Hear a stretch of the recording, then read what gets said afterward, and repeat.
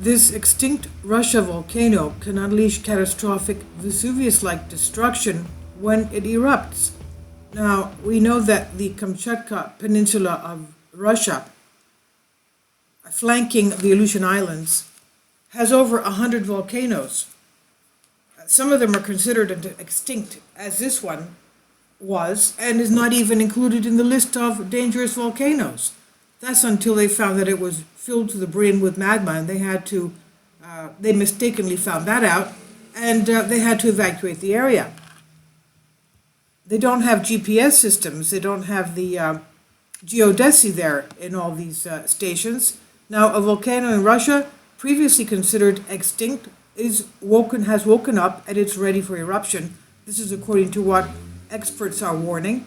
The Bolshaya Udina volcano is part of a complex of volcanoes on Russia's Kamchatka Peninsula. It's around 10,000 feet high, about 3,000 meters in height. It's a huge volcano, and until 2017, dismissed as extinct. But the groundbreaking new study revealed this volcano is again active and could set to violently erupt like Mount St. Helens did. Professor Ivan Kulakov, the vice director of the Institute of Petroleum Geology and Geophysics, the study's lead researcher, said that when a volcano is silent for a long time, its first explosion can be catastrophic. The Bolshaya Udina volcano was never considered to be an active volcano before this. The mountain is just one in a cluster of other volcanoes, some of which are very active, some of which are permanently active, but the Bolshaya Udina volcano did not exhibit any seismic activity since the permanent monitoring of these volcanoes started back in 1961. Professor Kulakov said the geological signatures indicate there was no seismic activity there for thousands of years.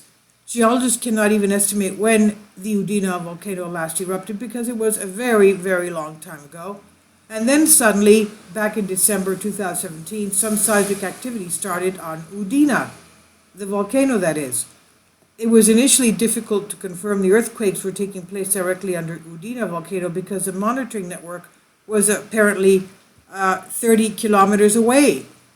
The expert in seismic tomography said this made it very hard to localize these earthquakes and especially hard to data mine its depth. Then, in the summer of 2018, there were several events of magnitude greater than 3, and those earthquakes were over 3 magnitude. And finally, in February, there was an earthquake of 4.2, and that obviously was very strong for any volcano. And to localize whether the epicenter was located right beneath the volcano, we deployed additional seismic stations in May. First, 4 stations were eventually deployed, which operated for more than 2 months, during which time they recorded more than 500 earthquakes right under the Udina volcano, which means, of course, that there must be some kind of movement of the magma there, obviously. Now, Professor Kulakov said, and we use this to construct the earthquake seismic tomography and construct a 3-dimensional velocity distribution of seismic channels. And this attribute clearly shows us that the magmatic system is full of liquid, so the volcano itself is ready for eruption, they said. So these 500 earthquakes, I mean, okay, look, we're going to look into it again, but yesterday we had a 5 magnitude earthquake just east of Long Valley Caldera in California, and that shook Long Valley, which is a supervolcano. These earthquake swarms, hundreds a day, around Mina, Nevada. Nevada has over 10, 12 volcanoes, and they're all, it's all volcanic fields. It's a stretching of the surface, and it's magma under there. And that really, the 5 magnitude earthquake, that really shook Long Valley. And we saw some of the geodesy signatures of Long Valley, really up and down movement, and it is inflating. Long Valley is inflating with magma. Now, all these, I'm comparing it to that because we're going to look at that again today, because there are ongoing earthquake swarms there.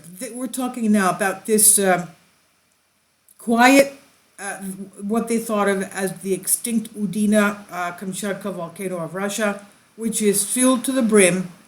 The volcano itself is shows us a magmatic system is full of liquid and it's ready for eruption. Now, along with, so, we're just comparing here. I'm not saying that Long Valley is ready for eruption. I'm just comparing that this 500 earthquakes, they didn't say if it was in one day or not, but we noticed that the earthquakes in Mina, Nevada, just east of Long Valley, are hundreds a day.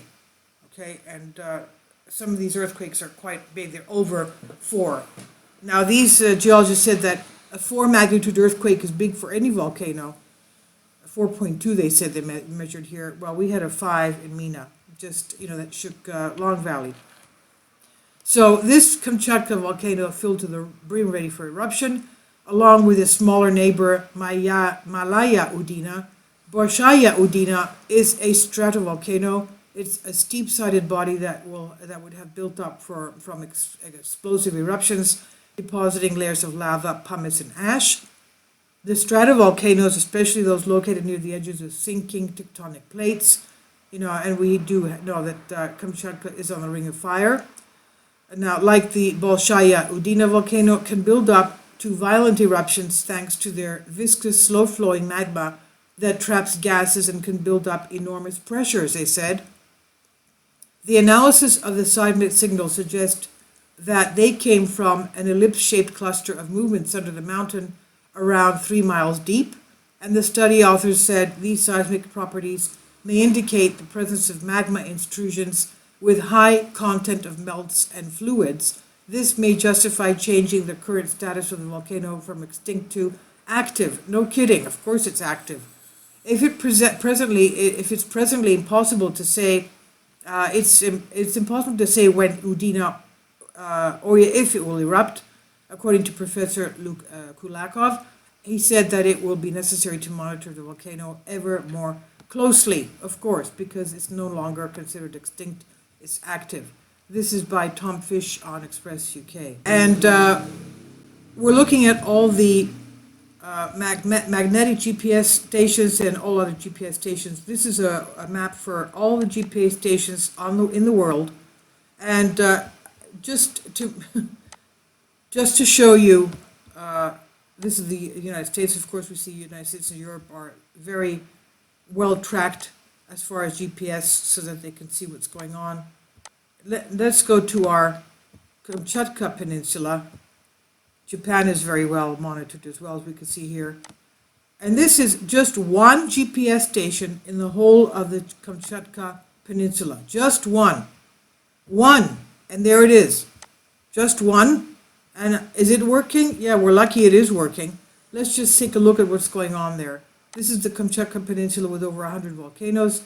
And this shows the east. If it's going down, it means it's going west. And this is north. If it's going up, it means it's going north. It's going down, it's going south. So this is going southwest, meaning it's going southwest, means the Kamchatka Peninsula is going that way. And this is if it's going up or down. It's going down. It's deflating, it shows here. Okay, so this is going down this way, and it's deflating, according to that GPS. Just one. These are the Aleutian Islands. Let's take this one here. The AC-60. What's happening with that one? Again, it's going southwest, and this one, though, is inflating. This one is really inflating. Since 2010, in 10 years, you can see how it's steadily inflating. This one is deflating, they show. This one is inflating. And let's go to something around here. Let's go to this one. Is that working? Bering Sea. Okay, that one is going southwest again, and that one is deflating. So all types of weird movement here. Some inflating, some deflating. And let's go to this one here. AC-12. Again, it's going southwest, and this one is really deflating as well. So, okay, Kamchatka deflating. The one next to it here, this island here, AC-60, is inflating, as we saw. So, Kamchatka Peninsula with active volcanoes, or over 100 volcanoes, if not 120 some odd, and they only have one GPS station. That goes to show you how Russia really doesn't care. And the whole of Russia, which is the biggest country in the world by area, you can see how few GPS stations they have. Europe is very well done, if you can see. Okay, so I'll leave links below, and you can see on the geodesy, according to where you live, what's going on in your area. Thank you for your support.